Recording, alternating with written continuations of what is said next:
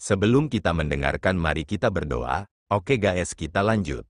Hutan berangsur-angsur tenang, sesaat sebelum binatang-binatang iblis masih melolong dengan ganas dan kemudian karena suatu alasan, semuanya berpencar jauh dengan tergesa-gesa dan King Long terkejut karenanya.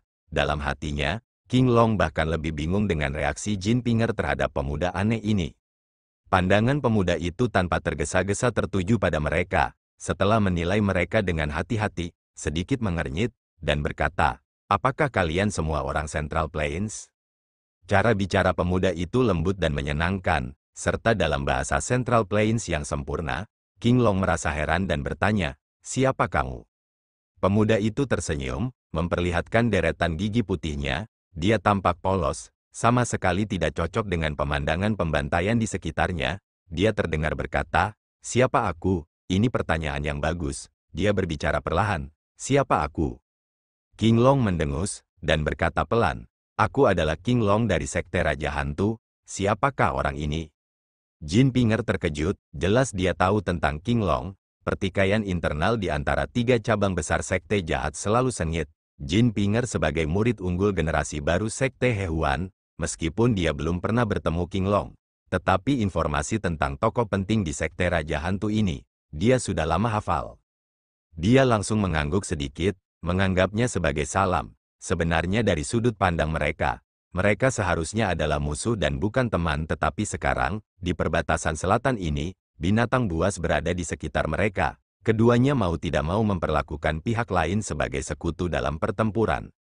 Jin Pinger melirik sekilas ke arah pemuda itu, lalu berkata pelan, "Hati-hati, dia adalah binatang jahat. Semua binatang iblis berada di bawah komandonya. Dia sangat ahli." Dia berhenti sejenak lalu menambahkan pelan, "Keahliannya juga sangat aneh." King Long mengerutkan kening, dia hendak bertanya lebih lanjut ketika sebuah raungan terdengar di belakangnya, diikuti suara pohon tumbang yang tak henti-hentinya. Keduanya buru-buru berbalik, ular bertulang putih itu menerjang lurus ke arah. Hanya saja iblis kecil lainnya tidak terlihat di sampingnya. Kemungkinan besar seperti iblis lainnya, dengan kemunculan binatang jahat, mereka menjauh dari daerah ini karena takut. King Long tidak menyangka ular itu akan secepat itu menyusulnya.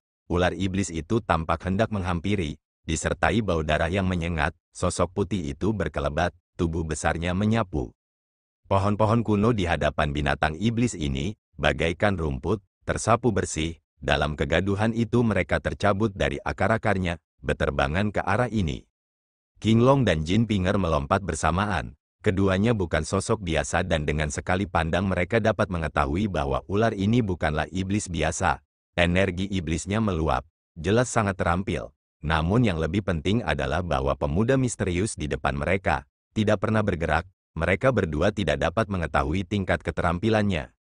King Long bahkan lebih baik, dia hanya diam-diam takut, tetapi Jin Pinger tampaknya tahu lebih banyak daripada King Long, sangat tegang. Bahkan saat menghadapi ular bertulang putih itu, setengah dari perhatiannya tampaknya tertuju ke belakang.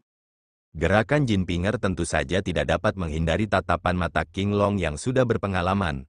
Keduanya tidak bertarung langsung dengan ular itu, tetapi dengan keterampilan mereka yang lincah, mereka melompat dan terbang di sekitar ular itu, sesekali menyerang ular bertulang putih itu. Tubuh ular itu tampak sangat kuat, senjata sihir biasa tidak dapat melukainya.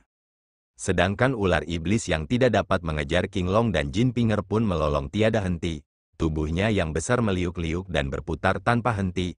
Kecepatannya pun bertambah, tidak sedikit pun terasa menyulitkan, dan perlahan-lahan dapat mengejar mereka. King Long tercengang, ular bertulang putih ini ternyata sangat kuat. Pemuda yang disebut-sebut sebagai binatang jahat oleh Jin Pinger, sebagai pemimpin para iblis ini, bukankah dia akan lebih mengerikan lagi? Dengan pikiran seperti itu, dia memutuskan untuk melarikan diri. Sambil melewati Jin Pinger, dia berkata dengan tergesa-gesa, "Ayo pergi." Jin Pinger jelas-jelas tidak ingin tinggal di sini lebih lama lagi, langsung mengangguk dan sekaligus menunjuk ke arah langit. King Long mengerti dan hampir bersamaan, mereka berdua mengeluarkan suara, ringan. Aliran cahaya jernih dari jari King Long bercampur dengan cahaya ungu Jin Pinger, mengenai tulang ular dari samping. Meskipun tulang ular putih itu keras, ia juga dipukul mundur oleh kedua orang yang sangat terampil ini. tubuh ular itu melunak dan dengan beberapa goncangan menghilangkan kekuatan yang kuat ini, tetapi akhirnya ia tidak dapat melanjutkan pengejaran. Dengan jeda ini, King Long, sambil bersiul pelan, melompat ke udara. Tetapi ketika tubuhnya baru saja bergerak, tiba-tiba ia mendapat sebuah pikiran dan dari sudut matanya melihat ke sekeliling, Jin Pinger tidak terlihat sedang terbang. Sementara King Long merasa waspada, langit cerah di hadapannya tiba-tiba menjadi gelap. Lapisan kegelapan muncul di atas dahan pohon tempat dia melompat, dengan kekuatan yang sangat besar menyerbu. King Long pada saat-saat terakhir, untungnya dia waspada. Jari kanannya, cincin cahaya jernih alam semesta, memancarkan cahaya terang, seketika menciptakan lingkaran cahaya dan melindungi tubuhnya, di saat yang sama tubuhnya secara paksa bergeser ke samping. Meski begitu, kekuatan dari lapisan kegelapan itu sangat cepat. Dengan suara keras, pong, lingkaran cahaya pelindung King Long masih terkena dan terlempar keluar. Juga pada saat yang sama, King Long dengan jelas melihat Jin Pinger berubah menjadi aliran cahaya ungu, terbang ke langit setelah lapisan kegelapan itu dialihkan olehnya. Dari kejauhan, dia masih bisa mendengar tawa genitnya. "Terima kasih banyak paman, lain kali kalau kita bertemu lagi, aku wanita kecil yang akan mengucapkan terima kasih secara langsung." King Long berjuang menahan gejolak darah dan energi di dadanya, senyum kecut muncul di bibirnya, seluruh hidupnya tak terhalang. Namun di usianya yang sudah lanjut dia malah diperdaya oleh gadis muda ini. Akan tetapi saat itu dia tidak dapat lagi mempedulikan Jin Pinger, dia merentangkan tangannya dan mencengkeram kulit pohon besar, telapak tangannya tertanam dalam di batang pohon dan tubuhnya berputar dan mendarat. Dan saat berikutnya, ular bertulang putih itu sudah tiba di belakangnya. Bagaikan seekor harimau yang sedang mengincar mangsanya, ia tidak langsung menerkam, kepalanya yang besar dengan lidahnya yang bercabang meludah, mengeluarkan suara mendesis. Adapun lapisan kegelapan itu, ia telah mendarat di tanah, dengan suara menghilang, sangat cepat, sungguh tidak biasa. Adapun pemuda penggoda itu, bagaikan sebuah penampakan, dia muncul satu zang di hadapan King Long, menggenggam tangannya di belakang. King Long mendarat, menghela napas panjang, dia dicegat turun dan namun saat ini dia tidak terburu-buru untuk melarikan diri. Sedikit mengernyit, dia melirik pemuda itu beberapa kali, tiba-tiba berkata, "Benda jahat di langit tadi, apakah itu, Tao Ti, yang legendaris?" Alis pemuda itu terangkat, senyum tersungging di bibirnya, mengangguk dan berkata, "Tidak menyangka kamu punya mata yang jeli. Benar juga, itu Tao Ti." Suara aneh yang dalam terdengar dari belakang pemuda itu, sebuah kepala aneh yang tampak mengerikan perlahan mengintip dari balik punggung pemuda itu. Sulit untuk menggambarkan jenis binatang apa itu, tetapi keempat matanya, sebesar lonceng, dua di atas dua lainnya terpisah di kedua sisi wajah, 6 taring tajam menonjol dari mulutnya yang besar, mengeluarkan air liur tanpa henti, kulitnya yang hitam keabu-abuan, penuh dengan benjolan kasar, bahkan roh paling ganas di dunia fana, tidak akan seburuk dan seburuk binatang aneh ini. King Long menghirup udara dingin, leher Tao Ti tampak sangat panjang, kepala aneh itu menjulur keluar dan berputar, melingkari bagian depan bahu pemuda itu dan pemuda itu, di hadapan binatang buas yang tampak itu, ekspresinya tidak terganggu. King Long menenangkan hatinya, berkata, tidak menyangka kalau binatang buas seperti itu masih ada di dunia ini. Pemuda itu tertawa, lalu mengulurkan tangannya dan menepuk-nepuk kepala Tao Ti. Tao Ti itu tampak sangat garang, tetapi di bawah tangan pemuda itu, ia hanya bersenandung pelan dan bahkan mengusap-usap kepalanya ke tangan lelaki itu. Kalau saja penampilannya tidak seram, ia bertingkah hampir seperti anak anjing. Pemuda itu melirik King Long, lalu tiba-tiba berkata, "Gadis itu tadi, pastilah temanmu. Dia jelas tahu kalau Tao Ti bersembunyi di langit, tapi sengaja membiarkanmu menjadi umpan. Dia kabur sendiri setelah Tao Ti terpancing. Sekarang kau pasti sedang merasa sangat kesal, kan?" King Long diam-diam waspada namun dia tetap tersenyum dan berkata, "Ditipu olehnya, itu karena aku tidak kompeten, orang lain tidak bisa disalahkan." Pemuda itu menatapnya beberapa kali lagi, lalu mengangguk dan berkata, "Kalau begitu, kamu akan mati." Sebelum dia menyelesaikan perkataannya, dia tampak tidak membuat gerakan apapun, tetapi ular bertulang putih di belakang King Long yang telah mengamati mangsanya dengan rakus, tiba-tiba seperti menerima perintah, mulutnya yang besar terbuka lebar dan menggigit. King Long sudah bersiap, Meskipun ular itu menyerang secara tiba-tiba, namun dia tidak panik dan alih-alih mundur, dia malah maju dan langsung menuju ke arah ular itu, sehingga ular itu malah terkejut. Memanfaatkan momen tersebut, King Long telah melesat ke bawah tubuh ular itu, tubuhnya melesat lewat, menghindari hawa berbisa yang dikeluarkan ular yang marah itu. Dengan satu kaki dia melompat ke atas tulang-tulang putih ular itu, menendang tubuh besar itu ke depan sejauh 3 ci. Di saat yang sama memanfaatkan momentum itu untuk naik ke langit, cahaya terang bersinar dari tangannya, seketika menciptakan 6 dinding cahaya ke arah Tao Ti. Di antara kedua binatang dan manusia, yang paling ia takuti adalah pemuda yang belum bergerak.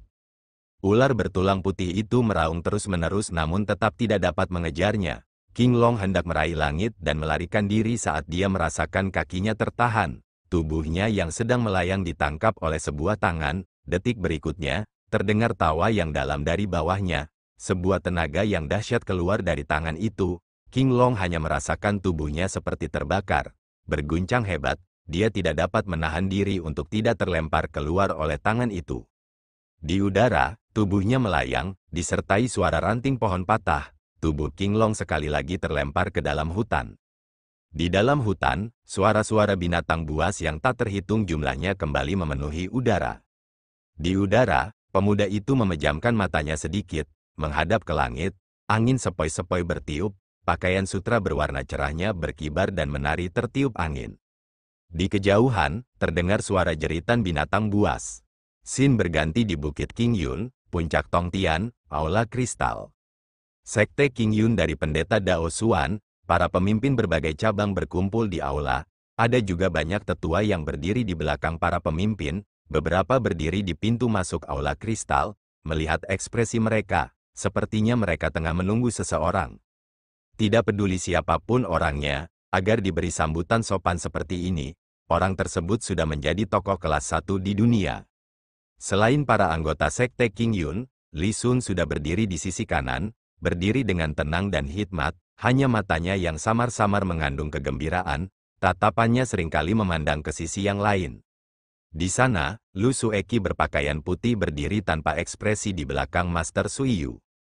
Tak lama kemudian, suara merdu lonceng dari puncak gunung Bukit King Yun di kejauhan terdengar, terus-menerus berdentang 5 kali, kerumunan melihat keluar dari aula, dari jauh, sebuah suara terdengar. Tuan Lembah Fenxiang, Tetua Yun Yilan Yun sedang berkunjung. Hampir bersamaan dengan saat suara itu terdengar, sesosok seperti api, muncul di pintu masuk Crystal Hall. Hehe, di mana kakak senior Daksuan, kakak muda sangat merindukannya. Yun Yilan, berpakaian merah dan berseri-seri, melangkah masuk, di belakangnya Sang Guanche, Lu Xun dan murid senior Lembah Fenxiang lainnya, kira-kira sekitar beberapa lusin orang. Bisik-bisik keheranan terdengar dari anggota Sekte King Yun, tetapi setelah beberapa saat, semua tatapan orang tertuju pada wajah Yun Yilan, sosok yang terkenal di fraksi baik selama bertahun-tahun ini, juga pernah menjadi tokoh yang sangat kuat. Para tetua King Yun yang sedikit lebih tua dan hadir di tempat kejadian, sebagian besar telah melihat orang ini, tetapi sekarang di mata mereka, semuanya menunjukkan ekspresi terkejut. Wajah ini samar-samar mirip namun jelas seorang pemuda tegap. Apakah dia benar-benar Yun Yilan yang beberapa tahun lalu kepalanya sudah penuh rambut putih? Pendeta Daksuan dengan hati-hati menilai Yun Yilan, melangkah maju dengan senyum di wajahnya, berkata, Pendeta Yun, Anda dan saya sudah lama tidak bertemu. Tanpa diduga kultivasi diri Anda yang terhormat sudah maju pesat. Dari volume Giok Fenxiang, memahami alam Giok yang cikal bakal sejak Lembah Fenxiang berdiri 800 tahun yang lalu. Selamat. Wajah Yun Yilan yang tadinya tersenyum ramah, tiba-tiba membeku. Sesaat kemudian, sorot mata yang terkejut pun terpancar. Namun, raut wajahnya sudah kembali normal. Ia berkata, Senior Daksuan sungguh cerdik, mengagumkan, mengagumkan. Pendeta Daksuan tersenyum dan berkata, Anda menyanjung saya, seharusnya saya yang mengagumi Anda. Kedua mata bertemu, sesaat kemudian mereka berdua tertawa. Li Sun di samping berjalan mendekat, berlutut dan memberi hormat, berkata, Guru, murid sudah lama menunggu di sini. Yun Yilan mengangguk, tersenyum dan berkata, Bangunlah, kamu sudah tinggal di sini selama beberapa hari. Apakah kamu sudah merasakan keajaiban Bukit King Yun, tanah surga ini? Li Sun berdiri, dengan hormat berkata, Bukit King Yun benar-benar sesuai dengan ketenarannya, benar-benar membuka mata para murid. Juga terima kasih banyak kepada Paman Guru Daksuan dan, dia berhenti sejenak dan berkata dengan jelas, dan adik perempuan lembah bambu kecil Lu Sueki, karena telah membawaku berkeliling untuk menghargai pemandangan surgawi yang menakjubkan ini. Kerumunan orang sekte King Yun segera mengeluarkan suara, mulai berbicara di antara mereka sendiri. Selain para pemimpin tetua, ada juga banyak murid generasi muda di sekitar. Banyak mata segera melihat ke arah gadis sedingin es itu. Bibir Lu Sueki berkedut namun wajahnya tetap acuh tak acuh. Akhirnya dia tidak mengatakan apapun. Pendeta Daksuan tertawa, memegang tangan Yun Yilan dan berkata, Guru Lembah Yun memiliki murid yang baik sekali, penerus yang cakap untuk meneruskan jejak langkah. Kemarilah, silakan duduk. Yun Yilan mengangkat tubuhnya sedikit dan berkata, Yang mulia, silakan. Keduanya saling berpandangan dan tersenyum, lalu melangkah maju pada saat yang sama. Pendeta Daksuan dan Yun Yilan keduanya duduk di kursi tuan rumah. Di samping mereka adalah murid-murid sekte mereka. Setelah saling bertukar sapa, Pendeta Daksuan tersenyum dan berkata, Lembah Fenxiang adalah sekte kekuatan fraksi baik di dunia. Tidak ada seorang pun di dunia yang tidak menghormatinya. Kali ini Master Lembah Yun benar-benar menghormati kami dengan kehadiranmu. Ini benar-benar membawa cahaya ke tempat tinggal kami yang sederhana.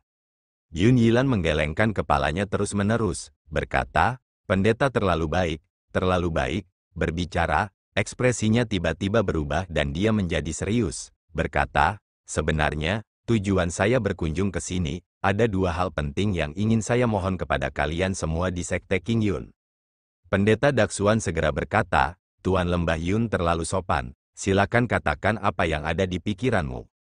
Yun Yilan terbatuk sekali dan berkata, sejujurnya, masalah pertama ini adalah masalah yang menyangkut bencana besar yang jarang terlihat selama beberapa ratus tahun. Para pengikut Sekte King Yun langsung tampak tercengang. Tian Buyi yang duduk di bawah Pendeta Daksuan mengerutkan kening dan berkata, Tuan Lembah Yun, apa maksudmu dengan kata-kata ini? Yun Yilan menghela napas dan berkata, kalian semua tidak tahu, baru 1 bulan yang lalu, di perbatasan selatan 10.000 gunung besar yang dijaga lembah kita selama beberapa generasi, iblis jahat yang tak tertandingi telah bangkit kembali. Pendeta Daksuan tercengang, lalu berkata, iblis jahat yang tak tertandingi. Yun Yilan mengangguk dan berkata, benar sekali, dia memang iblis jahat yang tak tertandingi. Kalian semua berada jauh di Central Plains dan tidak tahu latar belakangnya, tetapi lembah Fenxiang kami telah menjaga perbatasan selatan selama beberapa generasi, jadi kami tahu detailnya. Iblis jahat ini menyebut dirinya, Dewa Binatang, adalah penjahat kuno. Kami tidak tahu dari mana asalnya dan hanya tahu bahwa saat itu dia membawa kekacauan ke dunia, membantai makhluk hidup yang tak terhitung jumlahnya. Pemimpin lembah angin yang kembali, Zheng Suchang, yang duduk di samping Tian Buyi mengerutkan kening dan berkata, jangan bilang dengan keterampilan luar biasa dari Master Lembah Yun, termasuk kekuatan lembah Fenxiang, namun masih tidak mampu menghadapi iblis jahat ini. Wajah Yun Yilan tampak muram, berkata, semuanya, mohon maafkan kami.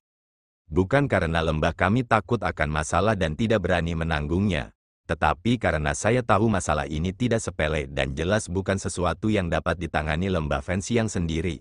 Oleh karena itu saya memberanikan diri untuk maju dan meminta pendeta demi rakyat jelata di dunia, untuk mengajukan permohonan publik, agar seluruh dunia datang dan melawannya bersama-sama. Hanya dengan begitu kita bisa berharap untuk menang.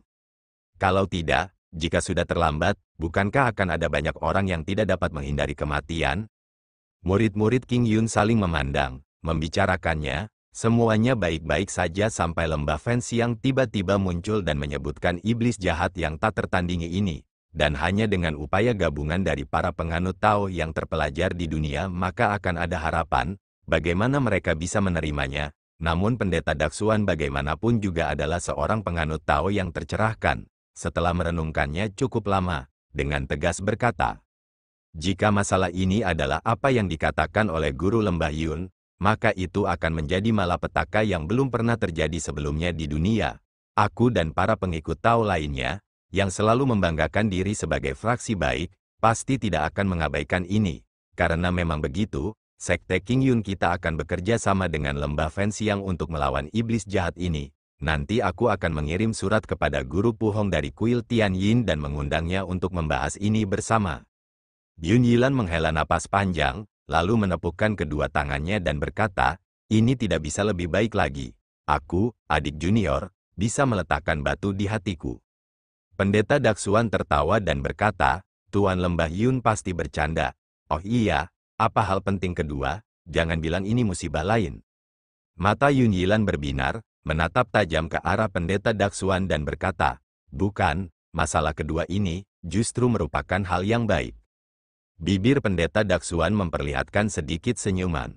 Yun Yilan tersenyum dan berkata, hal kedua yang membuatku datang ke sini adalah untuk muridku Li Sun, untuk melamarmu dengan sekte terhormatmu Lu Sueki, Nona Lu.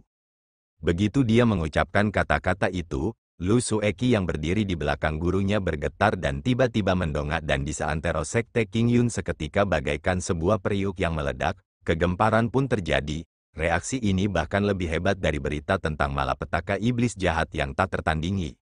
Banyak mata seketika tertuju pada wajah Lu Sueki yang terkejut, lalu menatap ke arah pendeta Daksuan. Kepala sekte King Yun, pendeta Daksuan setelah merenung sejenak, berkata dengan jelas, Li Sun, anak ini yang telah kuamati beberapa hari terakhir ini, dia benar-benar seorang raksasa di antara manusia dan memiliki prospek yang tak terbatas. Yun Yilan tersenyum dan berkata, pendeta terlalu menyanjung, tetapi saya memang berencana untuk menyerahkan posisi saya sebagai kepala lembah kepada murid yang tidak berguna ini. Dan sebelum musuh yang tangguh ini datang, kita memiliki kesempatan yang menggembirakan, bahkan itu akan menunjukkan ketulusan kita yang mutlak dalam bekerja sama. Pada saat yang sama membangkitkan semangat para pahlawan dunia, tidak yakin apa yang dipikirkan pendeta tentang ini. Tian Bui yang duduk di sampingnya, memasang wajah meremehkan, hampir saja mendengus, untunglah istrinya suruh dengan cekatan menahannya. Pendeta Daksuan memandang sekelilingnya, pandangannya menyapu murid-murid King Yun dan terakhir pada Lu Sueki. Lu Sueki mengerutkan kening, bibirnya bergetar, tampak seperti ingin mengatakan sesuatu namun melihat situasi. Pada akhirnya dia tidak berbicara. Pendeta Daksuan tersenyum, berbalik dan berkata pada Yun Yilan, niat baik guru lembah Yun sungguh tak terduga. Yun Yilan menangkupkan tinjunya, tersenyum dan berkata, hendaklah aku dan murid kecilku ini tulus, semoga pendeta dapat memenuhinya. Pendeta Daksuan mengulurkan tangannya dan membelai jenggotnya yang panjang, lalu berkata perlahan, iblis jahat bawaan, malapetaka tepat di depan kita. Akan membutuhkan kedua sekte kita untuk bekerja sama dan baru kemudian kita dapat menyelamatkan dunia. Dan pernikahan ini, pasangan yang sempurna, aku juga sangat menyukainya. Keributan lain terjadi di antara para pengikut King Yun, semua orang tidak menyangka bahwa pendeta Daksuan benar-benar akan menyetujui pernikahan ini. Pendeta Daksuan menoleh dan berkata sambil tersenyum kepada Master Suiyu yang duduk di sampingnya, adik perempuan Suiyu, Sueki adalah muridmu. Sudah seharusnya kau yang mengambil keputusan. Wajah Lu Sueki pucat, jelas dia terkejut dengan masalah ini. Ketika dia mendengar kata-kata pendeta Daksuan, dia tidak bisa menahan diri untuk melangkah maju dan berbicara kepada gurunya. Guru, Master Suiyu perlahan mengangkat matanya, tatapannya mengamati wajah Lu Sueki yang luar biasa, seolah-olah dia ingin menyimpulkan sesuatu dari ekspresinya. Emosi di matanya samar-samar, setelah terdiam beberapa saat, dia kemudian berkata dengan tenang, Kier, pernikahan ini, aku juga sepenuhnya menyetujuinya. Li Gonsi adalah pria yang hebat, ini adalah pasangan yang cocok. Di aula kristal, keheningan tiba-tiba menyelimuti, termasuk Tian Bui dan yang lainnya, menatap tak percaya ke arah Master Suiyu. Tubuh Lu Sueki tiba-tiba goyah, Li Sun yang berada di kejauhan sudah kegirangan. Hahaha, tawa Yun Yilan memecah keheningan. Ini sangat bagus, karena kedua tetua menyetujui masalah ini. Suner, cepatlah kemari dan sampaikan rasa terima kasihmu pada mereka berdua. Li Sun bergegas berlari, berlutut dan bersujud. Yun Yilan tersenyum dan berkata, hari ini, masalah ini pasti akan menyebar sepanjang masa, menjadi bahan pujian dunia. Tunggu sebentar, tiba-tiba, sebuah teriakan pelan, di aula besar ini, dalam kata-kata Yun Yilan yang dikenal sebagai pilar raksasa fraksi baik di dunia, terdengar dingin, menyela kata-katanya. Raut wajah semua orang berubah, Lu Sueki berpakaian putih bagai salju, Wajahnya pucat, satu tangan menggenggam sarung pedang tianya, perlahan berjalan keluar. Wajah pendeta Daksuan berubah sedikit, menoleh ke arah Master Suiyu, namun Master Suiyu hanya menatap sosok Lu Sueki, tiba-tiba mendesah pelan, memejamkan matanya dan nampaknya dia tidak mau ambil pusing lagi. Wajah pendeta Daksuan berubah lagi, berangsur-angsur menjadi muram. Dia perlahan berdiri, berkata, "Sueki, apakah kamu punya sesuatu untuk dikatakan?" Di Crystal Hall, sunyi, tatapan semua orang tertuju pada wanita berpakaian putih ini. Pakaiannya berkibar-kibar di lingkungan yang tak berangin, dilihat dari jauh, bahkan bentuk tubuhnya samar-samar tampak seperti rumput bebek, bergoyang tak menentu, kurus dan rapuh. Hanya saja bibirnya terkatup rapat, pipinya yang pucat samar-samar tampak berseri aneh, kedua bahunya mulai bergetar, untuk pertama kalinya terpancar perasaan tak berdaya.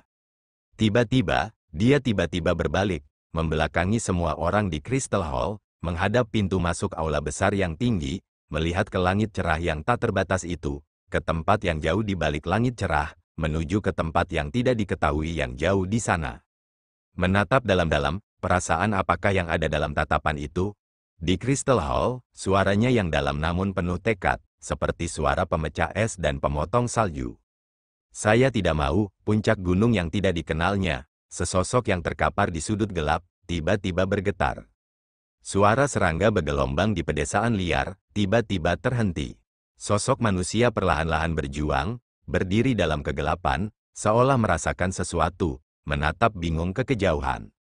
Sosok seekor monyet melompat ke sampingnya, dalam 2 atau 3 lompatan merayap ke bahunya. Setelah sekian lama, suaranya terdengar dari kegelapan. "Xiao Hui, kenapa jantungku tiba-tiba berdetak begitu cepat?" Malapetaka besar itu bermula pada musim semi tahun itu, setelah ribuan ratusan tahun berlalu, namun manusia masih mengingatnya dengan jelas, hari-hari yang penuh teror dan kegilaan itu.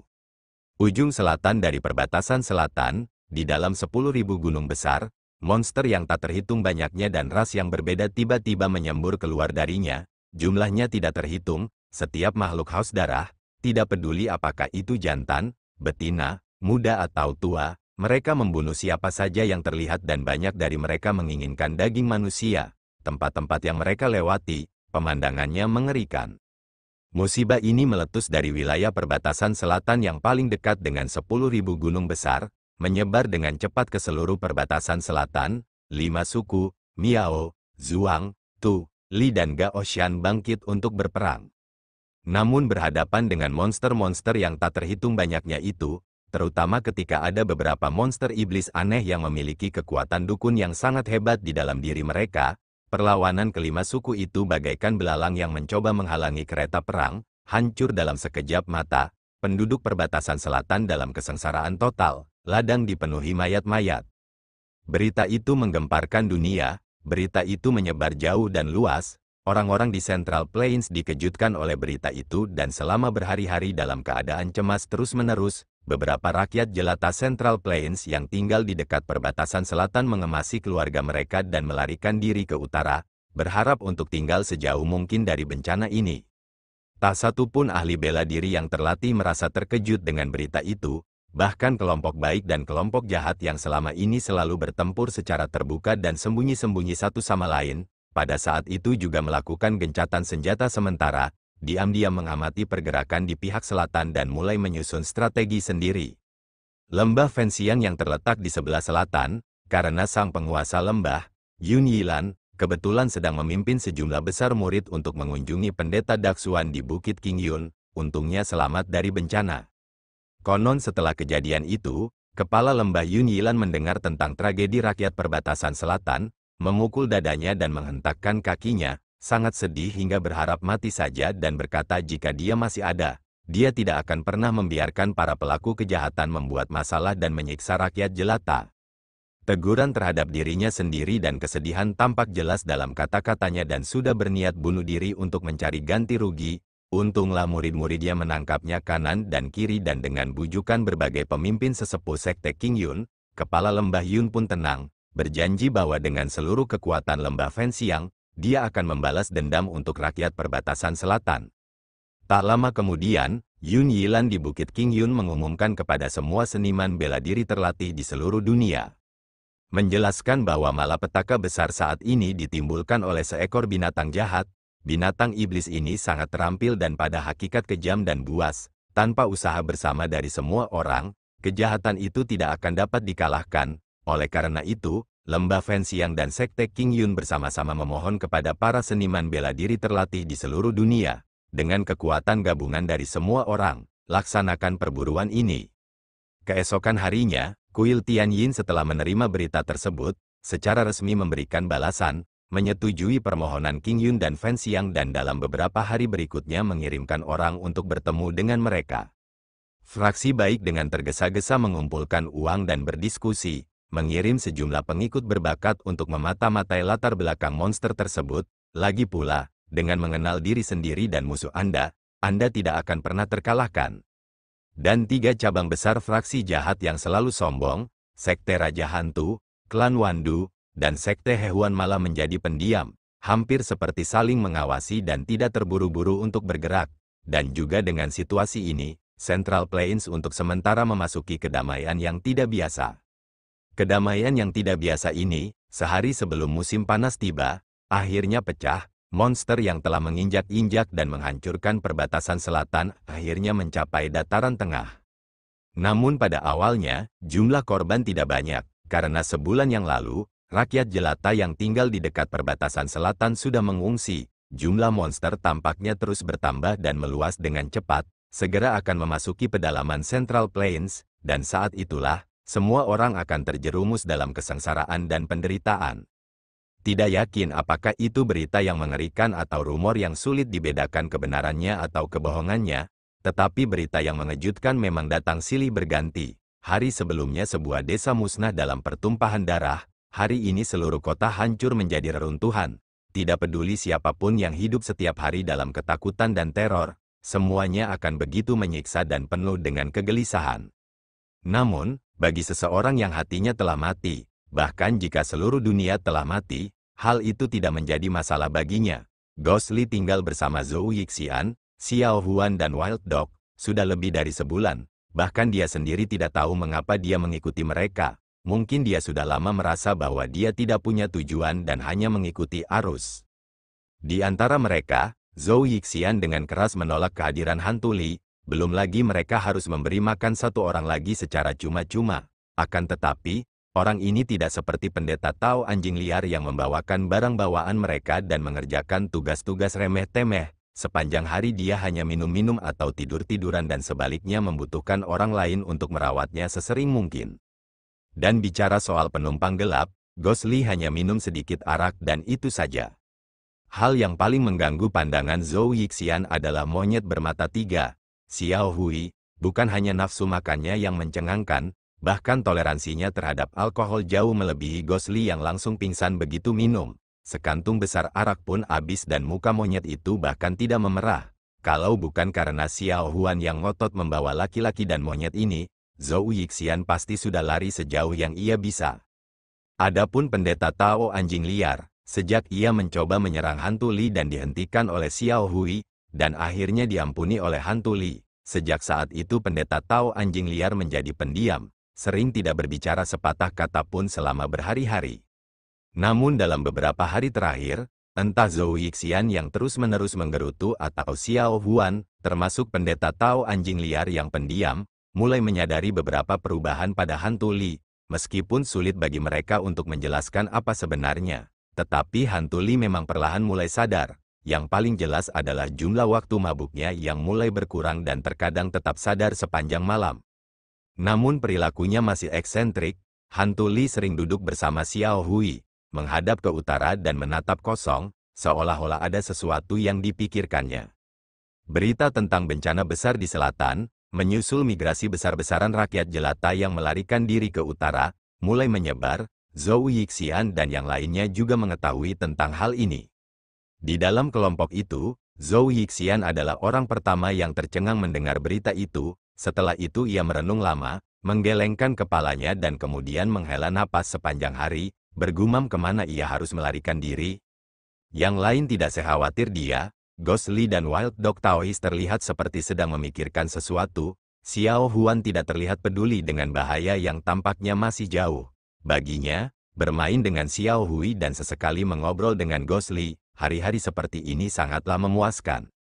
Namun, atas desakan Zhou Yixian, akhirnya mereka tetap menuju utara. Menurut Zhou Yixian, semakin jauh dari selatan, setidaknya akan lebih mudah bagi mereka untuk menjalani hidup.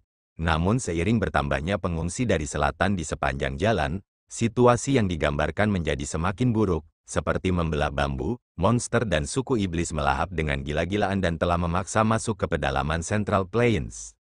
Beberapa hari sebelumnya, di antara berita ada yang mengatakan bahwa monster-monster itu telah mencapai tembok kota dan parit beberapa ratus mil di belakang mereka, membuat Zhou Yixian dan yang lainnya takut sehingga bergegas melakukan perjalanan. Meskipun tidak lama kemudian mereka mengetahui bahwa berita itu hanya rumor tetapi ketakutan dan kegelisahan orang-orang dapat terlihat dengan jelas. Di tengah malam yang pekat, mereka berkelompok berkemah di luar ruangan untuk bermalam, membuat api unggun di salah satu puncak gunung kecil. Mereka duduk mengelilingi api unggun, hanya Hantuli yang duduk di kejauhan. Xiao Hui melompat keluar dari kegelapan, sambil membawa sejumlah buah-buahan liar di tangannya yang dipetik entah dari mana. Bergegas naik ke bahu Ghost Lee, setelah duduk, mulai mengunyah dengan mulut penuh.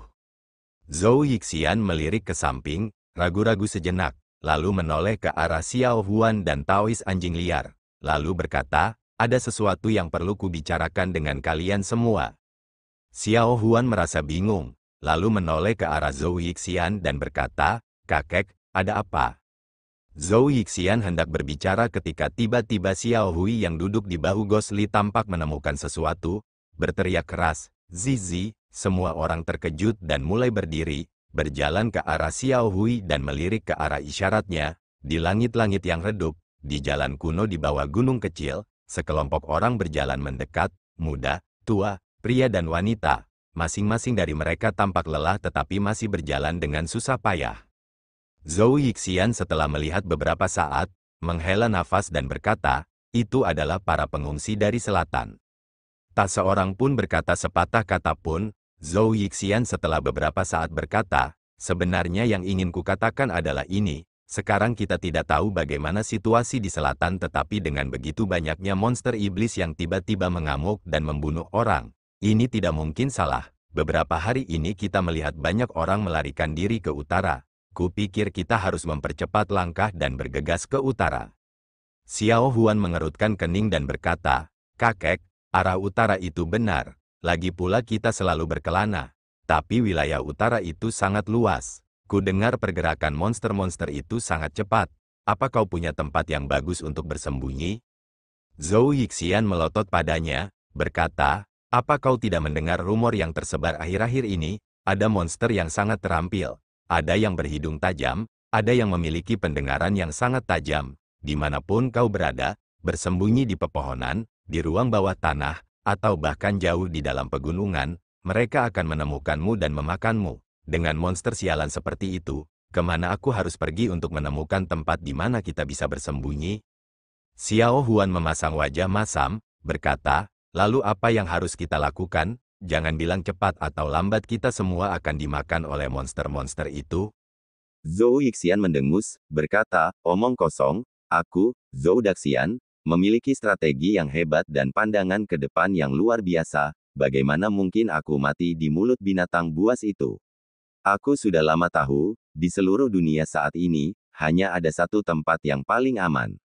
Xiao Huan terkejut, Taoist anjing liar dan bahkan tubuh Ghost Lee juga bergerak. Menoleh untuk melihat Zhou Yixian. Zhou Yixian tidak bisa menahan perasaan sombong. Hehe, tertawa dua kali. Xiao Huan senang sekaligus terkejut. Berkata, kakek, ternyata ada tempat seperti itu. Cepat beritahu. Zhou Yixian terbatuk dua kali lalu berkata dengan serius, Bukit Qingyun. Wajah pendeta Tao anjing liar berubah. Ghost Lee menoleh ke belakang. Hanya Xiao Huan yang bertanya dengan rasa ingin tahu. Aku tahu Bukit Qingyun adalah tempat sekte Qingyun berada, sebagian besar penganut Tao yang terpelajar. Tetapi bagaimanapun juga, itu hanya satu sekte. Menghadapi monster-monster itu, jika mereka mampu mempertahankan diri mereka sendiri, itu sudah sangat bagus. apalagi peduli dengan kita. Zhou Yixian tertawa, berkata, kamu tidak tahu ini, meskipun beritanya belum tersebar. Tetapi aku yakin bahwa lembah Fenxiang dan kuil Tianyin pasti akan berkumpul di Qingyun, karena orang tua Yun Yilan itu sekarang ada di Qingyun, termasuk pertempuran Qingyun 10 tahun yang lalu, formasi pedang Zuxian, milik sekte Qingyun. Gosli mendengar 4 kata itu, tubuhnya bergetar hebat. Tetapi Zhou Yixian tidak memperhatikannya, terus berbicara dengan penuh semangat, formasi pedang Zuxian milik sekte Qingyun telah menarik banyak perhatian. Semua orang tahu bahwa formasi pedang benar-benar memiliki kekuatan surgawi yang mengguncang bumi. Oleh karena itu jika mereka berkumpul di Qingyun, setidaknya mereka memiliki lapisan perlindungan lain. Saya kira seniman bela diri fraksi baik dunia kemungkinan besar dalam beberapa hari ke depan akan menuju Qingyun dan bersatu untuk melawan bencana yang tidak terduga ini. Jika kita pergi ke Qingyun maka secara alami kita akan berada di tempat yang paling aman. Dengan begitu banyak seniman bela diri yang sangat terampil. Saya tidak berpikir mereka hanya akan melihat kita orang biasa mati, kan? Setelah berbicara, dia merasa semakin sombong, tidak bisa menahan tawa.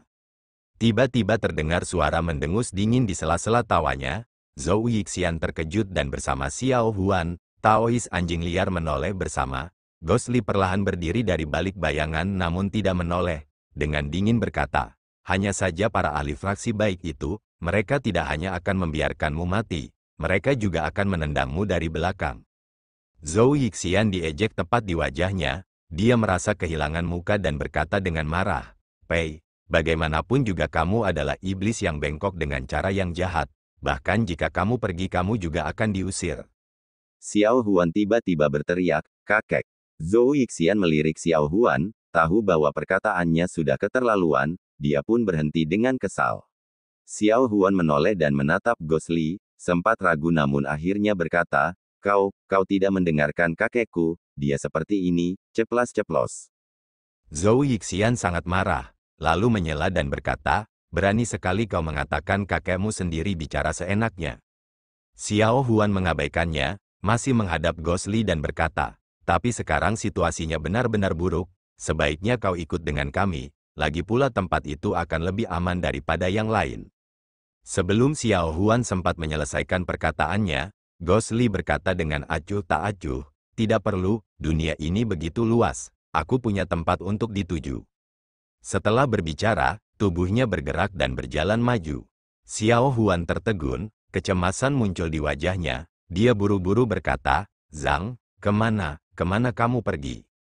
Gosli tak menjawab, langkah kakinya di depan semakin cepat, Xiao Hui di bahunya menoleh ke belakang, memperhatikan Xiao Huan yang tengah menatap kosong ke puncak gunung kecil, menyeringai dan melambaikan tangannya. Xiao Huan memperhatikan sosok yang semakin mengecil dan menghilang itu, entah mengapa, dia merasakan kekosongan yang tidak dapat dijelaskan di dalam hatinya, dia merasakan benjolan di tenggorokannya dan air mata hampir mengalir keluar. Suara cahaya itu menembus udara, sosok Gosli menyapu langit malam, awan gelap memenuhi langit, tidak ada sedikit pun cahaya bintang. Langit malam tampaknya terpengaruh oleh bencana di selatan, tampak gelap gulita, tidak memberi harapan apapun kepada orang-orang. Meninggalkan Zhou Yixian dan yang lainnya, Gosli terbang ke arah selatan sendirian untuk beberapa saat, di bawah langit malam ini, di bawah awan gelap, di mana-mana gelap dan berat, gunung-gunung liar bergelombang di bawah langit, dingin dan sunyi, orang di udara juga merasa hampa, bingung kemana harus pergi. Xiao Hui yang berjongkok di bahunya tiba-tiba berteriak 2 kali, Gosli meliriknya, 3 mata di depannya, Xiao Hui menyeringai, padanya, sebagian besar waktu itu bahagia, jarang sekali wajah Gosli menunjukkan sedikit senyum dan kelembutan, menepuk kepala monyet itu dengan lembut, sosoknya menunduk, menuju tanah.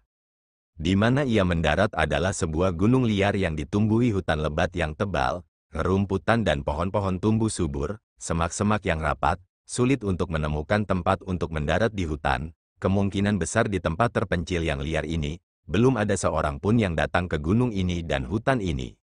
Gosli, sebelum ia mendarat, tangan kanannya bergetar, tongkat penyerap jiwa terbang keluar dari lengan bajunya, berputar 1 putaran di bawah kakinya, ia tidak mendengar suara-suara yang tidak biasa, saat berikutnya, radius 6 kaki dari tempat ini, semua pohon, semak-semak, semak berduri tiba-tiba layu dan berubah menjadi kayu mati.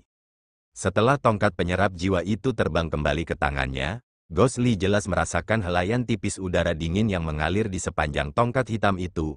Xiao Hui dengan gembira memanggil sekali dan melompat turun dari bahunya, berlari jauh ke dalam hutan. Ghost Lee mengangkat kepalanya dan memperhatikan punggung Xiao Hui. Sejak dari perbatasan selatan, terutama setelah Xiao Hui berevolusi, nafsu makannya menjadi lebih besar dan terus mencari sesuatu untuk dimakan. Malam yang larut, angin malam bertiup dari daerah terbuka, melewati gunung ini, pepohonan membuat suara ombak, banyak bayangan menari pada saat yang sama. Ghost Lee perlahan duduk di tanah dan menutup matanya, bayangan di sekitarnya menyapu wajahnya. Dalam kegelapan, dia senyap seperti roh. Setelah beberapa saat, terdengarlah suara gemuruh rendah samar-samar dari kejauhan lalu menghilang. Ghost Lee mengernyit sedikit, membuka matanya namun dia tidak bergerak, dan seperti yang diduga pada saat berikutnya, terdengar gerakan dari dalam semak-semak. Xiao Hui telah berlari kembali. Duri-duri tajam yang mengganggu bagi Xiao Hui tidak pernah menjadi masalah.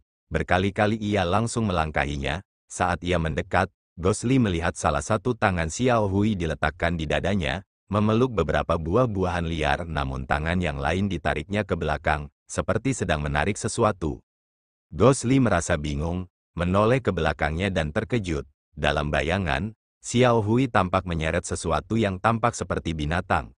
Ukurannya tidak kecil, jauh lebih besar dari Xiao Hui tetapi Xiao Hui menyeretnya dengan mudah. Saat berikutnya Xiao Hui sudah berlari ke arahnya, tertawa dan meletakkan buah-buahan itu terlebih dahulu. Lalu mengayunkan tangannya dan sebuah benda besar menghantam di depannya. Itu adalah seekor babi hutan dewasa, dengan kepala yang besar. Jika sedang berdiri, tingginya akan lebih tinggi dari Xiao Hui. Kepala babi hutan itu terluka, darah mengalir dari tubuhnya dan sudah mati. Ghost Lee melihat lukanya, melihat bahwa lukanya masih baru, berhenti sejenak karena terkejut dan bertanya kepada Xiao Hui, "Kau menangkapnya?" Xiao Hui menyeringai dan pada saat yang sama menunjuk ke arah babi hutan dan kemudian menunjuk ke arah hantu Li. Ghost Lee menghela nafas, tersenyum dan berkata, "Aku tidak lapar." Xiao Hui menggaruk kepalanya, ketiga matanya berkedip lalu menunjuk ke babi hutan dan dirinya sendiri. Ghost Lee tidak bisa menahan tawa. Sesaat beban di hatinya terangkat, dia tersenyum dan berkata, "Baiklah, aku akan membantumu." Xiao Hui langsung menyeringai senang. Jelas ia tahu keterampilan memasak Ghost Lee yang luar biasa dan makanan kesukaannya.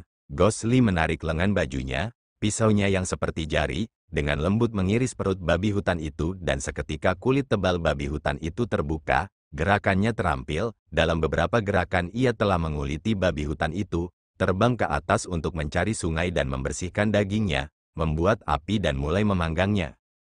Api itu perlahan membesar. Wajah Xiao Hui dan Ghost Lee memerah karena pantulan api. Saat itu Xiao Hui sudah menghabiskan buah-buahan liar itu, matanya menatap babi hutan panggang yang perlahan mengeluarkan bau harum. Ghost Lee perlahan mengeluarkan berbagai bumbu buatan sendiri dari pinggangnya dan menambahkannya ke daging, dan sekali lagi menemukan sebotol kecil minyak wijen, mulai meneteskannya sedikit ke daging. Minyak itu mengalir perlahan di sepanjang daging babi hutan, terstimulasi oleh api yang memanggang daging, meresap ke dalamnya. Segera, warna keemasan samar muncul di permukaan daging, tetesan minyak bening keluar dari daging, bau harum yang mengundang tercium keluar. Cahaya api perlahan bergoyang, menerangi wajah monyet dan manusia serta tanah kosong kecil di sekitarnya dan pepohonan. Bayangan pohon-pohon hutan yang tinggi bergoyang, seolah-olah ada angin. Ghost Lee memperhatikan api di depannya dan perlahan-lahan menghilang ke dalam keadaan tidak sadar dan Xiao Hui, yang mengeluarkan air liur saat melihat daging panggang, menyentuh telinganya dan memegang pipinya. Kadang-kadang berlari ke dekatnya untuk mengambil kayu bakar untuk ditambahkan ke api. Udara yang tenang, dipenuhi dengan aroma yang aneh dan mengundang. Jauh di dalam hutan, tiba-tiba terdengar teriakan pelan. Teriakan itu dalam dan kuat, sepertinya sangat jauh tetapi masih terdengar jelas dari sini. Aura pembunuh dengan cepat menyebar. Ghost Lee tiba-tiba terbangun dari lamunannya, alisnya berkerut, dia tidak bergerak tetapi tatapannya perlahan berubah dalam, memperhatikan arah dari mana teriakan itu berasal.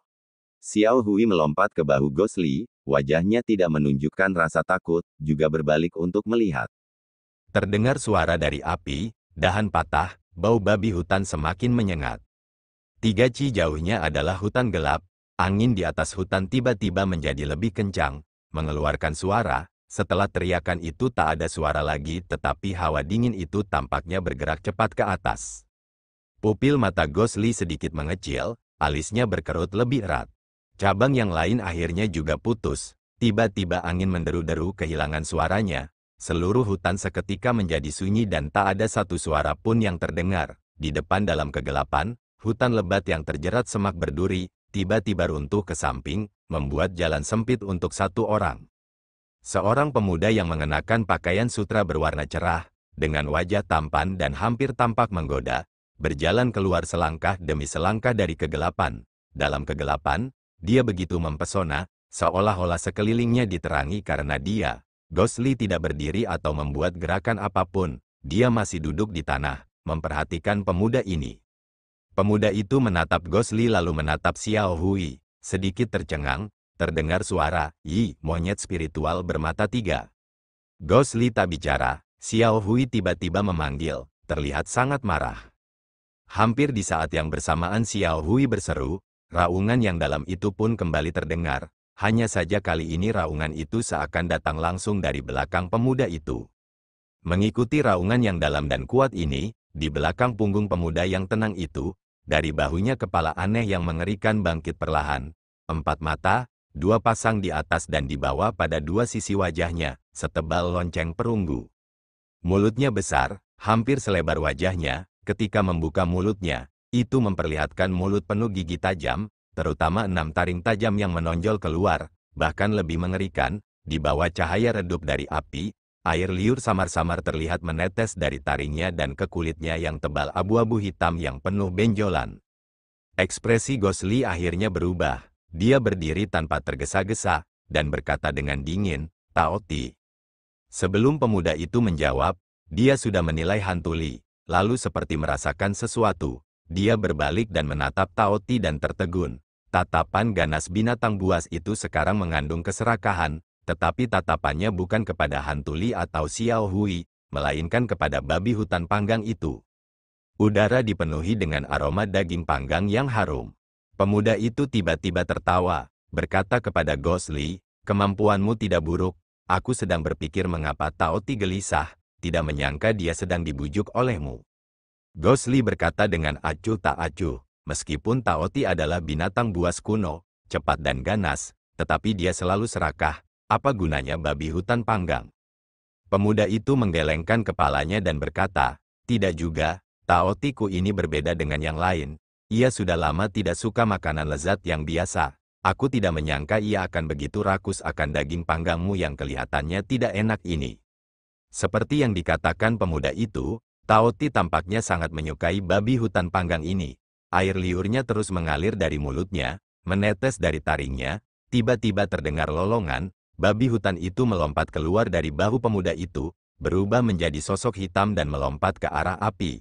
Tanpa diduga sosok abu-abu melintas, teriakan marah terdengar, Xiao Hui lah yang melompat, menghalangi di depan babi hutan panggang itu. Tao Ti itu berteriak pelan, mendarat dan menampakkan dirinya, tubuhnya tampak lebih besar 4 kali lipat dari babi hutan itu, berkaki 4 dengan cakar tajam dan yang paling aneh adalah lehernya sangat panjang, menjulang ke atas, ia tampak mengangkat tubuhnya 1 kali lipat. Xiao Hui jika dibandingkan dengan yang sekarang sungguh menyedihkan, tetapi untuk beberapa alasan, Tao Ti nampak memiliki rasa takut terhadap Xiao Hui dan tidak berani lalai. Hanya saja dia tidak ingin berpisah dengan kelezatan di depannya.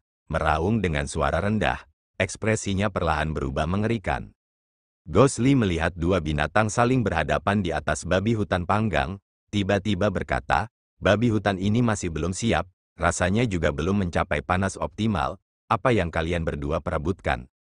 Perkataannya entah mengapa membingungkan. Bahkan pemuda itu pun tak kuasa menahan diri untuk tidak meliriknya beberapa kali lagi.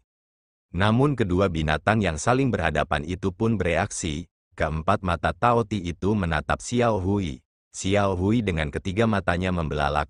Ketujuh mata kedua binatang itu saling menatap dengan lebar. Sesaat kemudian, Xiao Hui, Zizi, memanggil Tao Ti, memamerkan taringnya lalu berlari mundur beberapa langkah, duduk di pantatnya di samping Gosli. kedua matanya menatap ke arah babi hutan itu. Keempat mata Taoti mengikuti Xiao Hui. Saat Xiao Hui duduk, binatang buas ini menjerit 2 kali. Perlahan-lahan tak terbayangkan datang ke sisi lain api, melipat kaki belakangnya, dengan ringan meletakkan kaki depannya dan sebenarnya juga berbaring di depan api. Hanya saja ia tidak dapat menahan air liurnya. Ia tampak sangat mengerikan namun juga entah bagaimana lucu. Pemuda itu melihat Taoti duduk, berjalan perlahan, tak menghiraukan tanah yang kotor, duduk di samping Taoti, memperhatikan hantu Li. Dia tersenyum dan berkata, "Tuan yang mana yang terhormat, tak menyangka kau punya taktik seperti itu, bisa membuat Taoti menekan sifat buasnya untuk sementara." Gosli tidak menatapnya. Dia duduk, matanya kembali ke api, berkata, "Kamu dan aku adalah pertemuan yang tidak disengaja di pegunungan. Mengapa kita harus tahu nama masing-masing? Hanya babi hutan panggang, hanya untuk mengisi perut." Pemuda itu memperhatikan Gosli sejenak, lalu tiba-tiba tertawa terbahak-bahak, tawanya nyaring dan jelas, mengejutkan banyak burung nokturnal. Benar sekali, ia memukul kakinya pelan, dengan ekspresi apresiasi yang tak terduga di wajahnya, berkata, "Sungguh mengisi perut yang nikmat." Mengatakan semua makhluk hidup di dunia, bekerja keras selama berhari-hari, bukan hanya untuk mengisi perut mereka. Jadi, apa yang disebut manusia, yang kau katakan, tidak sama denganku dan Taoti ini dan tidak ada bedanya. Gosli memutar babi hutan itu pelan-pelan, bau harum pada babi hutan itu segera menguat, menggoda Taoti untuk bergerak gelisah lagi tetapi tidak yakin apakah itu karena ingin mencicipi makanan lezat itu. Binatang buas yang dikenal rakus selain ganas ini menahannya dan pada saat yang sama, Xiao Hui melotot tajam ke arahnya. Api itu menyala pelan, terpantul di wajah Gosli. Dia berkata perlahan, "Manusia masih punya perbedaan." Pemuda itu berkata, "Apa?" Hantu Li berkata, "Cinta, benci, kasih sayang, balas dendam, manusia punya perasaan." Pemuda itu tertawa dan berkata, "Mengapa binatang buas tidak punya perasaan? Kalau kamu membunuh babi hutan ini, kamu pasti tahu rasa sakit dan takutnya. Kalau aku membunuhmu, kamu akan seperti babi hutan itu." Semua makhluk hidup pada dasarnya sama. Mengapa ada perbedaan antara manusia dan binatang? Gosli mendongak, menatap pemuda itu, dan berkata, "Ada perbedaan." Tatapan mata pemuda itu tajam, berkata, "Apa bedanya?" Gosli berkata, "Sepanjang hidupku, aku punya satu penyesalan besar. Siang dan malam penyesalan itu terukir di hatiku, hidup seolah-olah aku sudah mati tetapi aku tidak bisa tidak hidup. Hidup dan masih akan memiliki harapan, mati dan seperti berpaling dari kasih sayang. Orang yang pemalu dan berkemauan lemah, balas dendam kasih sayang seperti itu, bagaimana mungkin seekor babi hutan bisa memilikinya?" Pemuda itu tertegun, tatapan tajam di matanya perlahan surut, diikuti ekspresi aneh yang muncul di wajahnya. Tak ada suara. Hanya sesekali terdengar kayu bakar berderak di api unggun. Pemuda aneh itu dan Gosli tak berbicara lagi. Kobaran api berkobar dan membakar di antara mereka. Kulit babi panggang yang berkilau dan berwarna itu perlahan berubah menjadi warna keemasan. Di udara yang dipenuhi aroma harum, tercium bau sedikit hangus. Seluruh permukaan kulit ditutupi oleh lapisan minyak bening samar. Hantu Li akhirnya membalik babi panggang itu beberapa kali, berkata, "Sudah siap, silakan dinikmati." Dia baru saja menyelesaikan kalimatnya ketika Xiao Hui dan Taoti menerkam pada saat yang sama. Xiao Hui menjerit, mengulurkan satu tangan dan pertama-tama meraih salah satu kaki belakang babi hutan panggang. Kulit babi hutan yang panas mengepul di tangannya tampaknya tidak berpengaruh pada tangannya. Tetapi Taoti itu bahkan lebih ganas. Tanpa menggunakan anggota tubuhnya atau cakar yang tajam, ia membuka mulutnya yang besar dan berdarah, mengabaikan fakta bahwa daging itu masih berada di atas api, menjulurkan kepalanya dan menggigitnya dalam satu suapan. Mulut Taoti ini sudah cukup besar untuk membuat manusia ketakutan. Babi hutan sebesar itu, seluruh mulut binatang itu menelan semuanya, hanya menyisakan kaki belakang yang dicengkeram Xiao Hui.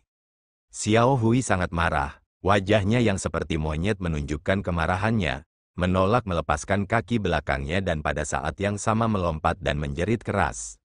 Namun, binatang buas Taoti tidak peduli. Mulutnya yang penuh dengan gigi tajam itu menghancurkan, segera seperti menghancurkan rumput kering dan menghancurkan kayu busuk. Daging babi hutan yang lezat itu digigit menjadi 2 bagian. Xiao Hui tidak siap, jatuh ke belakang dan berguling 2 kali di tanah. Ketika berdiri, hanya ada kaki belakangnya di tangannya. Adapun sebagian besar daging babi panggang yang lezat, saat ini ada di mulut Tao Ti. Ia mengunyah dengan suara keras, tulang-tulang yang tersisa seakan-akan ikut hancur dan tertelan juga, bagaikan angin kencang yang menghamburkan awan-awan terakhir, musnah total, dan terutama keempat matanya di wajahnya, terdorong ke sisi wajahnya oleh mulutnya yang besar dan menonjol, tetapi matanya masih bersinar terang. Jelas ia makan dengan sangat bahagia. Xiao Hui menyaksikan kelezatan yang seharusnya menjadi miliknya kini sebagian besarnya direnggut oleh binatang buas ini. Bagaimana mungkin ia tidak marah? Tetapi setelah menjerit beberapa kali, ia tiba-tiba menundukkan kepalanya dan mulai makan juga, memakannya dengan cepat. Hanya dalam sekejap pahanya telah dimakan hingga setengahnya. Raungan rendah dan dalam dari Tao Ti sekali lagi terdengar. Perlahan-lahan ia menoleh untuk melihat Xiao Hui, babi hutan panggang yang begitu besar. Dalam waktu yang singkat ia telah menghabiskan dan menelannya dengan bersih, bahkan tidak menyisakan tulang. Dan sangat jelas, seolah-olah ia belum cukup, keempat matanya berbinar, menatap langsung ke bagian yang tersisa di tangan Xiao Hui. Xiao Hui dengan ganas menghabiskan potongan daging terakhir itu, ketiga matanya melotot lebar ke arah Tao Ti.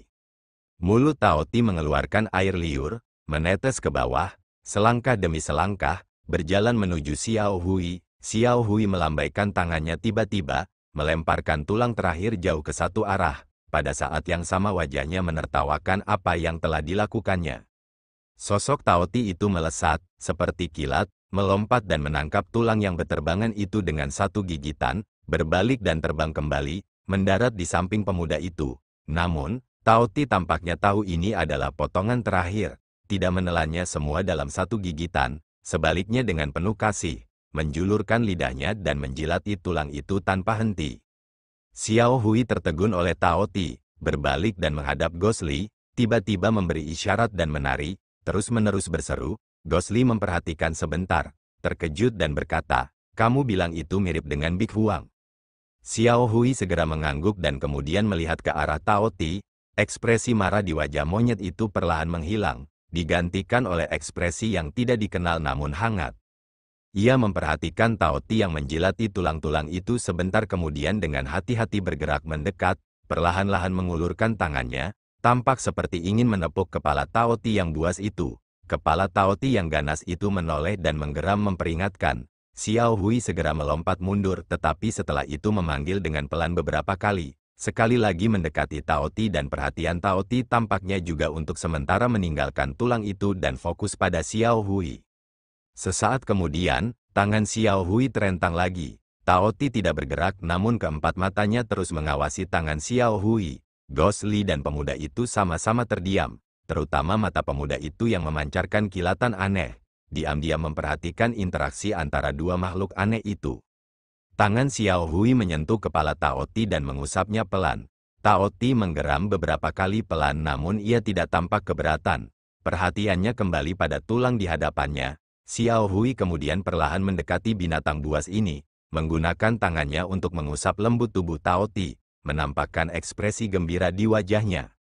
Gosli perlahan menundukkan kepalanya, samar-samar teringat beberapa tahun yang lalu, di lembah bambu besar, Xiao Hui dan Huang besar, tampaknya menjadi dekat seperti ini juga, waktu mengalir seperti air, jadi sebenarnya Xiao Hui masih ingat awalnya. Pemuda itu tiba-tiba memecah keheningan, tersenyum dan berkata, tidak menyangka kalau mereka berdua punya ketertarikan satu sama lain, ya. Gosli melirik Xiao Hui dan Tao Ti, dengan sedikit kelembutan di matanya, dan berkata, benar sekali. Pemuda itu menoleh, menambahkan sebatang ranting kecil ke dalam api dan menjadi tenang lagi. Setelah waktu yang lama dia tiba-tiba tersenyum dan berkata, Tao Ti ini telah bersamaku selama bertahun-tahun, selama ini aku pikir aku merawatnya. Tanpa diduga hari ini aku kemudian menemukan, dia jauh lebih bahagia daripada aku. Sebuah kepahitan yang tidak jelas disamarkan dalam senyumnya, dia melanjutkan, selain merasa kenyang, meskipun itu bukan spesiesnya, dia bersedia berteman dengan monyetmu itu. Gosli mendongak dan menatap pemuda itu, melihat ekspresinya yang murung, seakan-akan dia memiliki rasa kesepian yang tak terlukiskan. Dia berkata pelan, jika kamu kesepian, cari saja teman.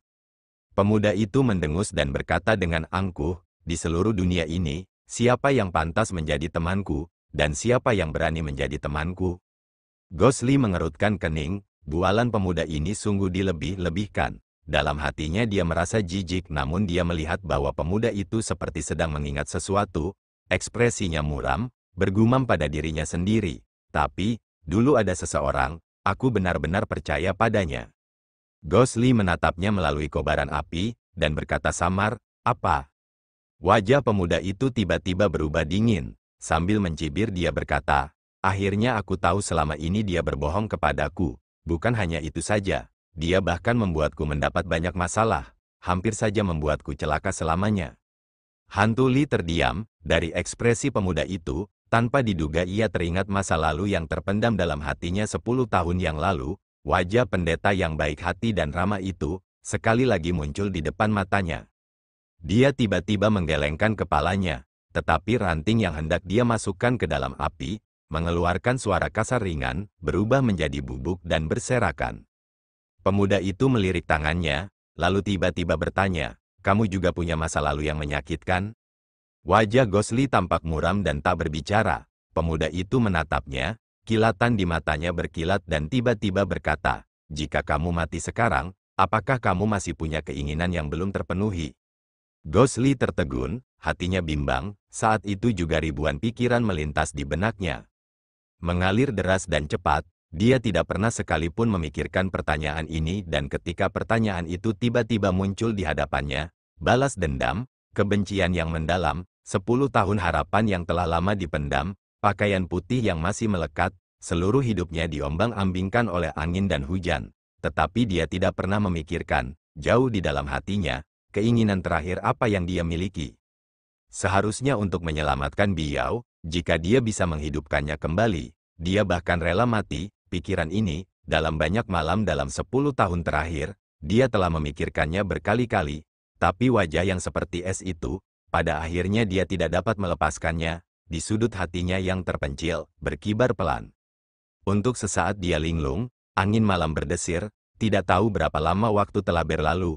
Ketika dia tersadar dari linglungnya, pemuda itu sudah pergi. Taoti di tanah baru saja terbang, menyatu dengan langit malam, gemuruhnya yang dalam dan rendah terdengar dari jauh. Xiao Hui bergegas menaiki bahunya, memanggil 2 kali. Gosli perlahan melihat ke langit, tiba-tiba berkata dengan pelan, Xiao Hui, akhirnya aku harus bertemu dengannya, bukan? Xiao Hui nampaknya tidak mengerti dan tidak ambil pusing. Kepala monyetnya pun ikut memandang ke langit, seakan mencari sosok Taoti. Sisa-sisa api itu berangsur-angsur padam, membentuk spiral asap tipis, yang melayang perlahan.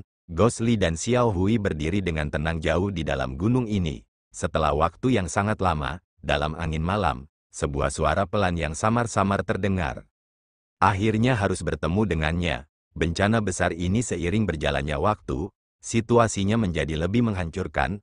Para monster telah mencapai dataran tengah, korbannya banyak dan sebagian besar pengikut fraksi baik yang dikirim untuk menyelidiki menghilang. Beberapa pengikut yang memiliki keterampilan lebih tinggi berhasil kembali tetapi juga terluka. Ketika mereka melapor kepada berbagai tetua, mereka menggambarkan kengerian luar biasa yang dilakukan para monster. Orang-orang di dunia terjerumus dalam kesengsaraan, orang-orang fraksi baik tidak berdaya. Pada saat itu berita bahwa Sekte King Yun, Kuil Tianyin, Lembah Fancy yang 3 sekte besar akan berkumpul di Bukit King Yun dan juga mengundang sekte-sekte fraksi baik dunia untuk bersatu dan melawan malapetaka ini. Segera para seniman bela diri yang terpelajar di dunia mulai menuju Bukit King Yun. Hanya dalam beberapa hari, masa yang belum pernah terlihat sebelumnya dan masa orang berkumpul di sekitar Bukit King Yun dan kebanyakan dari mereka adalah pengungsi Central Plains. Bagi mereka, para tokoh Tao yang seperti surgawi di Bukit King Yun adalah semua harapan terakhir mereka. Dan Sekte King Yun, yang bertanggung jawab untuk menerima mereka, sangat sibuk. Semakin banyak rekan seniman dan rakyat jelata fraksi datang ke King Yun dan segera, kamar tamu puncak Tongtian Sekte King Yun semuanya terisi penuh dan cabang-cabang lainnya juga harus menampung tamu. Untungnya Sekte King Yun bagaimanapun juga adalah sekte besar berusia 1000 tahun, berakar dalam dengan properti yang sangat besar, pada akhirnya mereka mampu menampung mereka. Namun hanya lembah bambu kecil di antara 7 cabang yang selalu memiliki murid perempuan, Master Suiyu juga cukup temperamental sehingga mereka tidak terbuka kepada orang luar, yang malah membuat banyak tamu muda yang telah lama mengagumi mereka, merasa sangat kecewa. Akan tetapi, meskipun malapetaka sudah di depan mata, saat ini masih merupakan pertemuan besar fraksi baik yang belum pernah terjadi sebelumnya. Sekte King Yun dihormati sebagai tuan rumah, ketenarannya pun semakin meningkat. Secara tidak langsung, dunia telah mengangkat King Yun sebagai pemimpin, dan ketua Sekte King Yun, Pendeta Daksuan, saat ini telah kokoh berdiri sebagai pemimpin nomor 1 dunia. Di malam hari, jajaran Gunung Bukit King Yun bersinar terang. Itu benar-benar sesuatu yang belum pernah terlihat sebelumnya dalam 1100 tahun, jauh di bawah kaki gunung, disertai angin gunung, tawa samar dan celoteh orang-orang di atas gunung bisa terdengar. Orang-orang yang takut karena bencana, tampaknya jauh lebih ringan. Bagaimanapun, bahkan jika langit runtuh, bukankah masih ada Bukit King Yun di atas kepala mereka?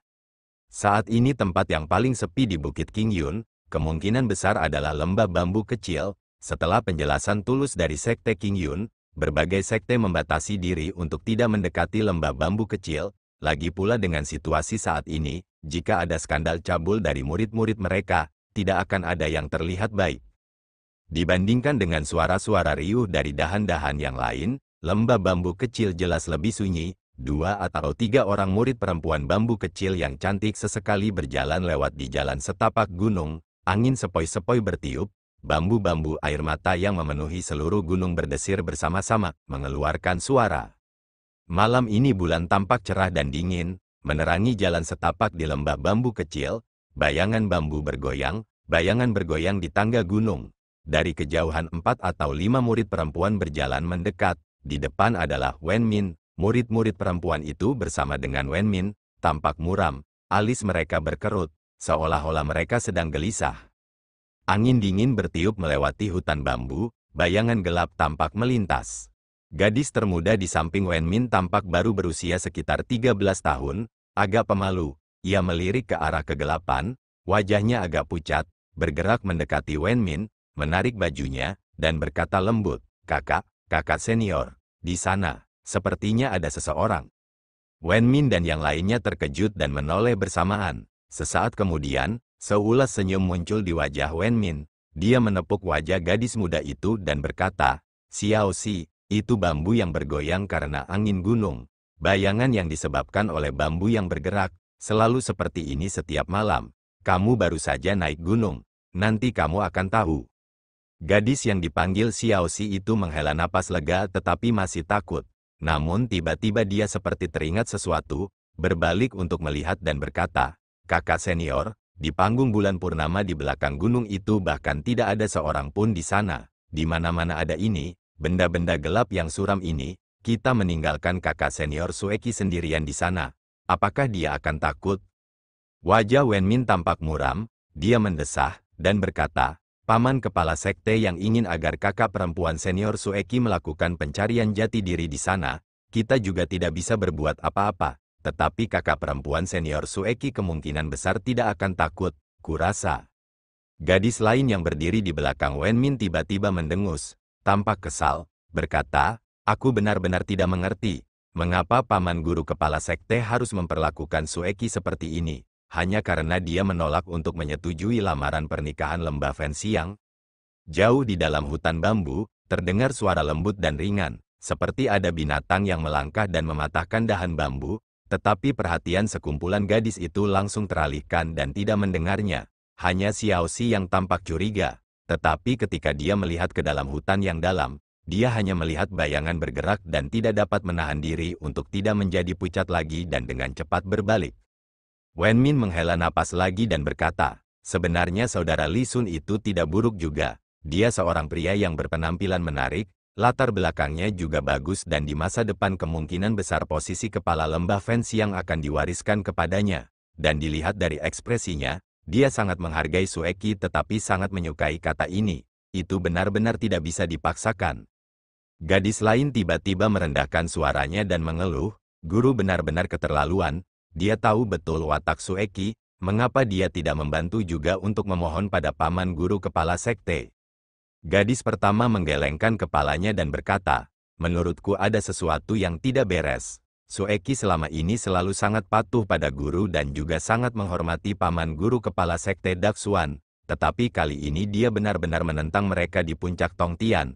Menurutku, dia tiba-tiba menekan suaranya dan berkata dengan lembut, kecuali Sueki sudah memiliki seseorang yang disukainya.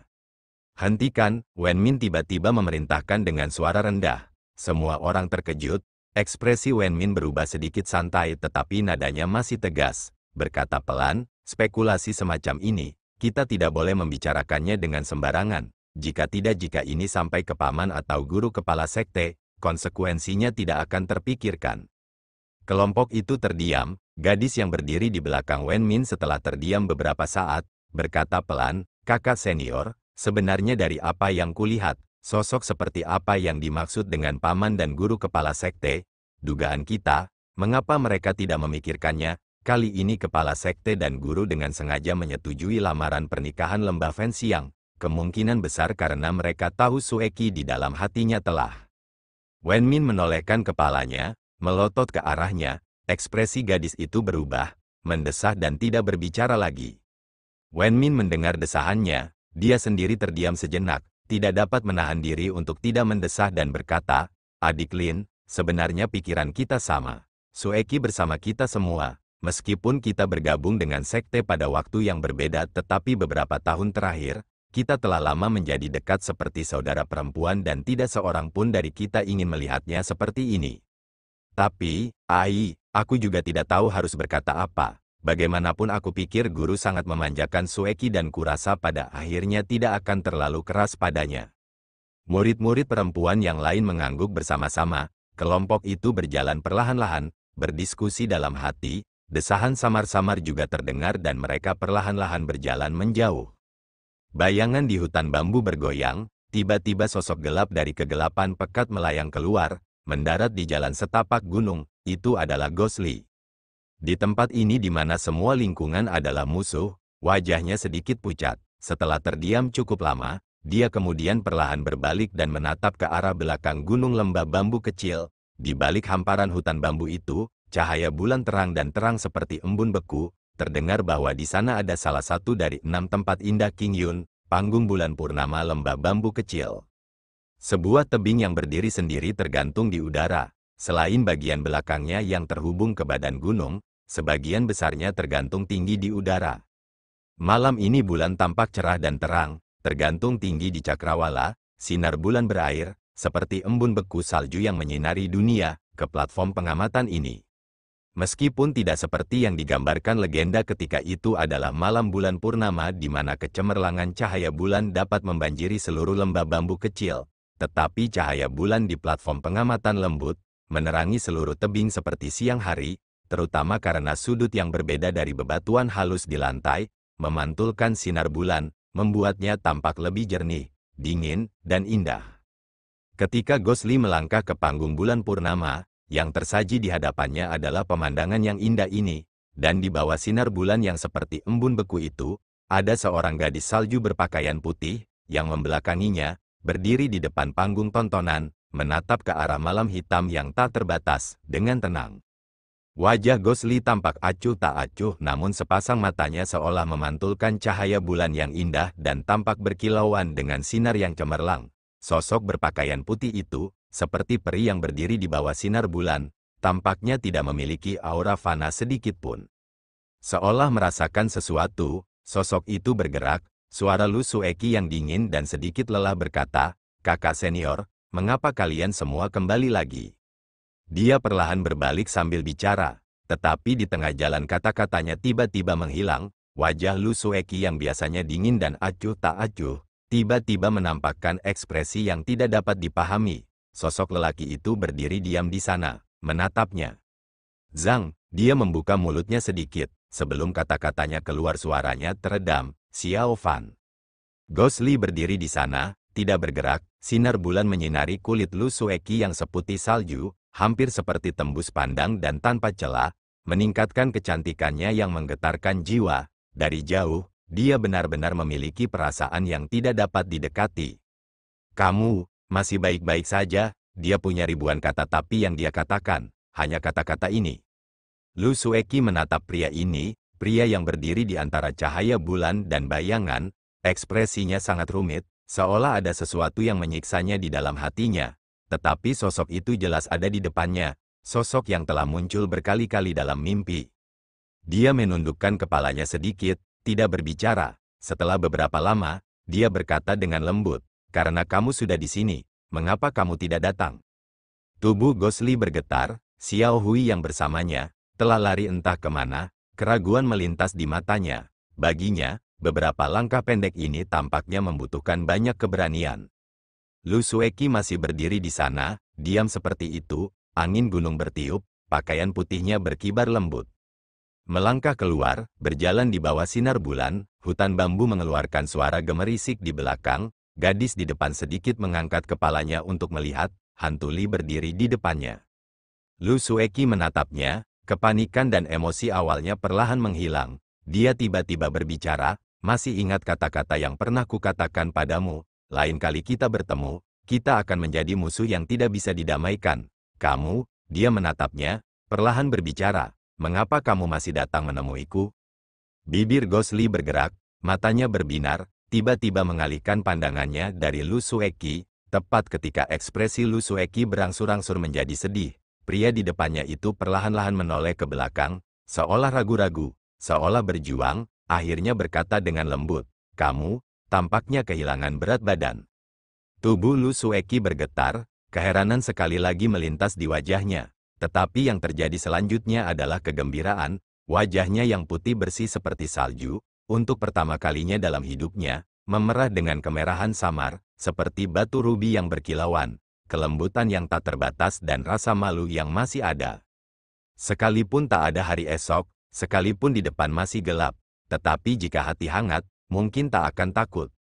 Gadis cantik yang dingin dan jernih ini, tiba-tiba tersenyum, bagaikan bunga lili yang paling lembut dan menawan di malam hari, tersenyum tanpa suara ditiup angin, sosoknya yang putih adalah kehadiran yang mempesona di bawah sinar bulan. Gosli menahan napas. Lu Sueki tiba-tiba berbicara, mengucapkan setiap kata demi kata, "Aku benar-benar bahagia." Kemudian, dia masih tersenyum, matanya lembut seperti riak air yang bertahan. Malam semakin larut, bulan pun terbenam, berdiri berdampingan di peron, menatap bersama ke arah selimut kegelapan di depan, angin gunung bertiup lewat, pakaian kedua orang itu berkibar di saat yang sama, sosok mereka berada di bawah sinar bulan terang benderang. Lembut, begitulah rasanya saat angin bertiup ke wajah. Di cakrawala yang gelap dan tak berdasar itu, masih ada bintik-bintik bintang yang berkelap-kelip pelan. "Lembah Fenxiang melamarmu." Setelah terdiam cukup lama, Lu Sueki berkata dengan tenang, "Baik, guru dan paman ketua sekte sudah setuju."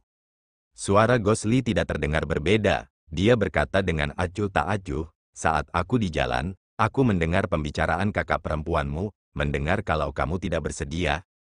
Lu Sueki tersenyum dan berkata, "Ya, aku tidak mau." Gosli menoleh dan menatapnya, yang terpantul di matanya adalah ekspresi dingin Lu Sueki dan sedikit senyum di matanya.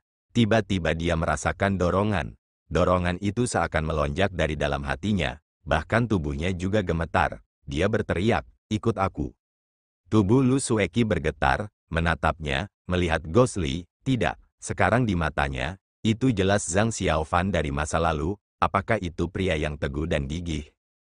"Pergi kemana? Kemana saja, sampai ke ujung bumi?" Bibirnya tersenyum namun riak-riak kristal tampak bergerak di matanya, seakan ragu akan sesuatu namun setelah beberapa saat, dia akhirnya berkata dengan lembut, "Lalu Biao?"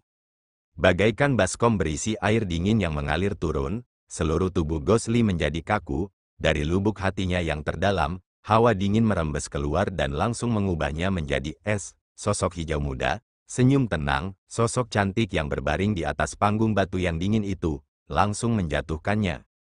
Dia menundukkan kepalanya dengan tenang, tetap diam untuk waktu yang lama. Kemudian, ketika dia mengangkat kepalanya lagi, kegelisahan di wajahnya telah hilang, digantikan oleh keterpisahan. Lu Sueki menatap kosong pada perubahannya. Perasaan jernih dari pria di depannya ini, dari kehangatan yang tersisa, perlahan menghilang, bersembunyi dalam kegelapan yang dingin.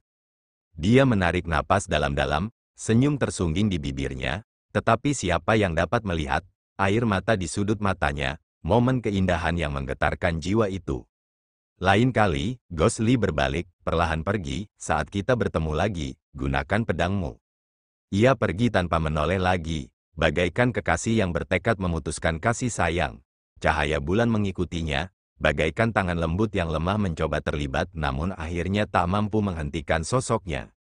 Dia menghilang dalam kegelapan, itu jalan masuknya, itu juga arah yang dia tinggalkan. Wajah pucat Lu Sueki masih menyunggingkan senyum tipis yang membeku, pakaiannya yang bagaikan salju menari-nari tertiup angin, di bawah sinar rembulan, hingga dia tanpa suara meneteskan setetes air mata, bambu air mata yang menutupi seluruh gunung, di bawah sinar bulan, di malam yang begitu sejuk, berdesir, terima kasih telah mendengarkan guys.